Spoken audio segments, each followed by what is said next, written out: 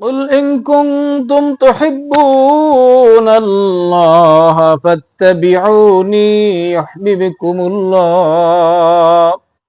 এই দুনিয়ার প্রত্যেকটি মানুষ আল্লাহ রব্বুল আলামিনকে পেতে চায়। পৃথিবীর এমন কোন মানুষ নাই যে আল্লাহ রব্বুল আলামিনের ভালোবাসা না পেতে চায়।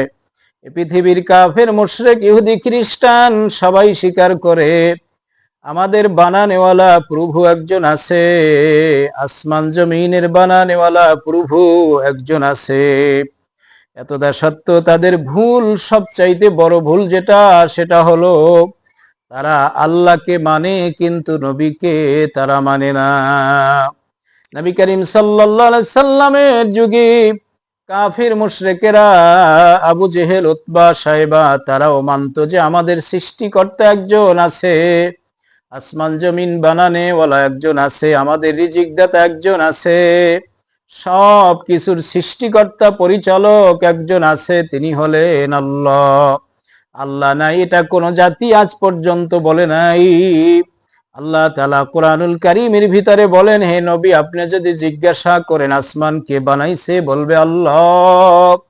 জমিন কে বানাইছে, বলবে আল্লাহ। মানুষকে বানাইছে, বলবে আল্লাহ। এভাবে করে প্রত্যেকটা প্রশ্নের জবাবে তাদের প্রতি উত্তর আসবে সব কিছু বানানেওয়ালা আল্লাহ। কিন্তু আল্লাহ রাব্বুল আলামিনের প্রেরিত রাসূলকে তারা না মানার কারণে তারা চিরস্থায়ী বেঈমান হয়ে চিরস্থায়ী জাহান্নামী হয়ে গেছে। ঈমানের তখনই কাজে লাগবে, আল্লাহর প্রতি বিশ্বাস তখনই কাজে লাগবে যখন নবীর প্রতি বিশ্বাস করবে, নবীকে নবী হিসাবে মানবে। এই জন্য আল্লাহ রাব্বুল আলামিন বান্দাকে সহজ পন্থা আল্লাহকে পাওয়ার একটা কৌশল বা পরামর্শ শিখাচ্ছেন সূরাত আলে ইমরানের 31 নং আয়াতের ভিতরে। আল্লাহ রাব্বুল আলামিন তার বান্দাদেরকে সহজ বুদ্ধি শিখাই দিচ্ছেন, বান্দা তুমি যদি আমি আল্লাহকে পেতে চাও তাহলে তোমার যে কাজটি করতে হবে সেটা হলো কুল ইন কুনতুম তুহিব্বুনাল্লাহ। সূরাত আলে ইমরানের 31 নং আয়াত নাজিলের ব্যাপারে একটি শানে নজুল রয়েছে। কাফের মুশরিকেরা তাদের এই মূর্তিগুলোকে সুসজ্জিত করে, ভালো কাপড় পরিধান করিয়ে, স্বর্ণ অলংকার পরিয়ে তাদের পায়ের মধ্যে সিজদায় লুটিয়ে পড়তো, আর তারা ভাবতো এই মূর্তিগুলি আমাদেরকে জাহান্নাম থেকে বাঁচায় দিবে, আর পরকালে আল্লাহ রাব্বুল আলামিনের সামনে আমাদের জন্য ক্লাতি করে আমাদের জন্য নাজাতের ব্যবস্থা করে দিবে। আল্লাহ রাব্বুল আলামিন এই অবস্থাতে তাদেরকে একটি সঠিক পরামর্শ দিল, হে দুনিয়ার কাফের মুশরিকেরা, তোমরা এই নিজের হাতে মূর্তিগুলোকে বানাইয়া, ভালো পোশাক পরিধান করাইয়া এবং তাদের পায়ের মধ্যে যতই সেজদা দাও না কেন, পরকালে আমার হাত থেকে তোমাদেরকে জাহান্নাম থেকে বাঁচাতে পারবে না, তোমাদেরকে পরকালে আমার দরবারে সুপারিশ করতে পারবে না। তবে আমি তোমাদেরকে সঠিক পরামর্শ দিচ্ছি, পরকালে যদি তোমরা নাজাত পেতে চাও তাহলে বিশ্বনবী জনাবে রাসূলুল্লাহ সাল্লাল্লাহু আলাইহি ওয়াসাল্লামকে নবী হিসাবে মানো, তার রিসালাতকে মানো, তার দেখানো পথ পদঙ্ক অনুসরণ করে চলো। আল্লাহ রাব্বুল আলামিন তাদেরকে নবীর অনুসরণ করার ব্যাপারে দুইটি পুরস্কারের কথা বলেছেন। এ দুনিয়ার মানুষ, আমার হাবিবকে যদি মহাব্বত করতে পারো তাহলে আমি তোমাদেরকে এর বিনিময় দুইটা পুরস্কার দান করব। এক নম্বরের পুরস্কার হলো ফাত্তাবিউনি ইউহিব্বুকুমুল্লাহ। যদি তোমরা আমি আল্লাহর রাসূলের অনুসরণ করো, ইত্তেবা করে চলো, তাহলে আমি আল্লাহ তোমাদেরকে ভালোবাসবো। এর চাইতে বড় পুরস্কার আর কিছুই হতে পারে না। কোন বান্দাকে যখন আল্লাহ তাআলা ভালোবাসেন, কোন বান্দাকে আল্লাহ তাআলা ভালোবাসলে তাকে দুনিয়াতে কষ্ট দিবেন না। আল্লাহ তাআলা কোন বান্দাকে মহাব্বত করলে তার মৃত্যু কষ্ট দিবেন না, কবরে কষ্ট দিবেন না, হাসরে কষ্ট দিবেন না। মিজানে কষ্ট দিবেন না। আর আল্লাহ তাআলা তাদের বন্ধু সম্পর্কে বলেন, আলা ইন্না আউলিয়া আল্লাহি লা খাউফুন আলাইহিম ওয়ালা হুম ইয়াহজানুন। যে শোনো, আমার বন্ধুরা যাদেরকে আমি মহাব্বত করি তাদের দুনিয়াতেও চিন্তা নাই, আর আখেরাতেও কোনো তাদের চিন্তা নাই। দুনিয়াতে না আছে কোনো রিজিকের পেরেশানি, না আছে কোনো মুসিবতের পেরেশানি, না আছে দুনিয়াতে কোনো কিছু অর্জনের পেরেশানি। এমন ভাবে আমি তাদের দিলটাকে আমার মহাব্বত দিয়া ভরিয়া দিব, দুনিয়াতে কি পাইলো কি পাইলো না এর প্রতি তাদের কোনো পেরেশানি থাকবে না।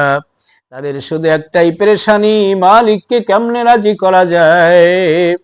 আল্লাহ তাআলা বলেন, আমার ভালোবাসা হলো এমন এক রহমত, কোন বান্দার প্রতি যদি আমার ভালোবাসা একবার হয়ে যায়, তাহলে সর্বপ্রথম যেই পুরস্কার সেটা হলো সব পেরেশানি তার দিল থেকে উঠাইয়া দিব। আর আল্লাহ রাব্বুল আলামিন যখন কোনো বান্দাকে মহাব্বত করবেন, আল্লাহ তো তাকে মহাব্বত করবেন যেই আমলনামার ভিতরে কোনো গুনাহ নেই, যার আমলনামার ভিতরে জেনার গুনাহ নাই, সুদের গুনাহ নাই, ঘুষের গুনাহ নাই, মিথ্যার গুনাহ নাই, পর ঠকানের কোনো গুনাহ নাই, এমন লোকদের কি আল্লাহ তাআলা মহাব্বত করবেন। এখানে প্রশ্ন আসতে পারে, তাহলে আমরা তো গুনাহ থেকে খালি নয়, আল্লাহ কি আমাদেরকে মহাব্বত করবেন নাকি? আল্লাহ তাআলা বলতেছেন, গুনাহগার অবস্থায় যদি তুমি আল্লাহর হাবিবের অনুসরণ করা শুরু করে দাও, কোন ক্ষেত্রে যদি তুমি আল্লাহ রসুলকে মহাব্বত করে তার ইত্তেবা করতে শুরু করে দাও, তুমি বড় গুনাহগার। তারপরও তুমি নবীর একটি একটি সুন্নাত অনুসরণ করা শুরু করে দিয়েছো। তুমি যদিও গুনার কাজে লিপ্ত, তুমি নবীর সুন্নাত হিসাবে মাসওয়াক করে নামাজ আদায় করো, তুমি নবীর সুন্নাত অনুসারে এভাবে জামাতে নামাজ আদায় করো, তুমি নবীর সুন্নাত অনুসারে দস্তরখানে খানা খাও, তুমি নবীর সুন্নাত অনুসরণ করে সুন্নাতকে মহাব্বত করে রাস্তার ডান দিক থেকে হাঁটো, তুমি এভাবে নবীর সুন্নাতকে অনুসরণ করে শুইবার সময় ডান কাতে শোও, তুমি নবীর সুন্নাত অনুসরণ করে মসজিদে ঢোকার দোয়া পড়ো, বের হওয়ার দোয়া পড়ো, এভাবে করে প্রত্যেকটা ক্ষেত্রে যখন তুমি গুনাহ করা অবস্থাতে আল্লাহ রসুলের অনুসরণ করা শুরু করে দিবে, আল্লাহ রব্বুল আলামিন তোমাকে মহাব্বত করা শুরু করে দিবেন। আর আল্লাহ তাআলা যাকে মহাব্বত করবেন সেই ব্যক্তির আমলনামায় কোনো গুনাহ থাকতে পারে না, কারণ গুনাহ হলো এক ঘৃণিত জিনিস, গুনাহ হলো অপছন্দনীয় জিনিস, আমার আল্লাহ যেটাকে কখনোই পছন্দ করেন না। সুতরাং আল্লাহ তাআলা যার সাথে মহাব্বত করবেন তার দিলের ভিতরে গুনার ছাপ থাকবে, আমার আল্লাহ কখনো এটা পছন্দ করেন না। এজন্য আল্লাহ তাআলা যার সাথে মহাব্বত করবেন তার সাথে মহাব্বত আরো গভীর থেকে গভীর হওয়ার জন্য তার জিন্দেগীর সমস্ত গুনাহকে মাফ করে দিবেন। আল্লাহ তাআলা আয়াতের ভিতরে যে দুইটি পুরস্কারের কথা বলেছেন, এর চাইতে উত্তম পুরস্কার আর কি হতে পারে? একটা হলো আল্লাহ তাআলা তাকে মহাব্বত করবেন, দ্বিতীয়টি হলো আল্লাহ তাআলা তাকে গুনাহগুলোকে মাফ করে দিবেন। বান্দাকে যখন আল্লাহ তাআলা হাসরের ময়দানে ডেকে বলবে, বান্দারে আমি তোর জিন্দেগীর সমস্ত গুনাহগুলোকে মাফ করে দিব, কারণ গুনাহ হলো এক ভয়ানক এক বিষয়ের নাম। যেমন আমরা সূরাত আলে ইমরানের 30 নং আয়াতের ভিতরে আল্লাহ তাআলা বলেছেন যে মানুষ হাসরের ময়দানে তার ভালোগুলিও দেখতে পাবে আর খারাপগুলিও সে দেখতে পাবে। সুতরাং আল্লাহ তাআলা সূরাত জিলজালের ভিতরে বলেন, ফামান ইয়ামাল মিসকালা যাররাতিন খায়রান ইয়ারা ওয়া মান ইয়ামাল মিসকালা যাররাতিন শাররান ইয়ারা। বান্দা হাসরের ময়দানে দুনিয়াতে কৃত কর্মের সামান্য গুনার কাজ হলেও সেটাও সে দেখতে পাবে, আর যদি সামান্য নেকের কাজ হয় তাও সে দেখতে পাবে। সুতরাং এই গুনাহগুলির কারণে বান্দাকে জাহান্নামে যেতে হবে। সুতরাং এই ভয়ানক গুনাহগুলোকে যদি আল্লাহ মাফ করে দেন, একজন বান্দার জন্য এর চাইতে পুরস্কারের বিষয় আর কিছুই থাকতে পারে না। আল্লাহ রাব্বুল আলামিন বলেন, আমি কেনই বা তোমাকে ক্ষমা করব না? আমি মালিক তো তোমাকে ক্ষমা করার জন্য সব সময় প্রস্তুত। আমি আল্লাহ রাব্বুল আলামিন ঘোষণা করে দিয়েছি, কুল ইয়া ইবাদিয়াল্লাযীনা আসরাফু আলা আনফুসিহিম লা তাকনাতু মির রাহমাতিল্লাহ। বান্দারে, তুমি যত বড় গুনাহগার হও না কেন, গুনাহ করে করে তুমি নৈরাশ হয়ে গেছো। এত গুনাহ করেছি, আল্লাহ কি আমাকে মাফ করবে নাকি? আমার জীবনে এত মিথ্যার গুনাহ, আমার জীবনে এত জেনার গুনাহ, আমার জীবনে এত পর ঠগানির গুনাহ, আমার জীবনে এত সুদ ঘুষের গুনাহ, এত গুনাহ নেই, আল্লাহ আমাকে মাফ করে দিবেন না? কখনোই আল্লাহ আমাকে মাফ করবে না। আমি জাহান্নামের বাসিন্দাই হয়ে গেছি। আল্লাহ রাব্বুল আলামিন বলেন, বান্দা তুমি কেন নৈরাশ হয়ে যাও? তোমার চাইতে বড় বড় গুনাহগারকে আমি আল্লাহ তাআলা মাফ করে দিয়েছি। দাহিয়াতুল কলবি 70টা জীবন্ত মেয়েকে কবরস্থ করার পরেও আল্লাহ রাব্বুল আলামিন শুধু তাকে মাফই করলেন না, আল্লাহ রাব্বুল আলামিন নবী করিম সাল্লাল্লাহু আলাইহি ওয়াসাল্লামের সাহাবী হওয়ার মতো সৌভাগ্য তাকে দান করেছিলেন। সুতরাং আল্লাহর রহমত থেকে নৈরাশ হওয়া যাবে না। আল্লাহর রহমত তখনই আমরা পাবো যখন নিজের জিন্দেগিটিকে নবীজির সুন্নাতের উপরে উঠায় দিব।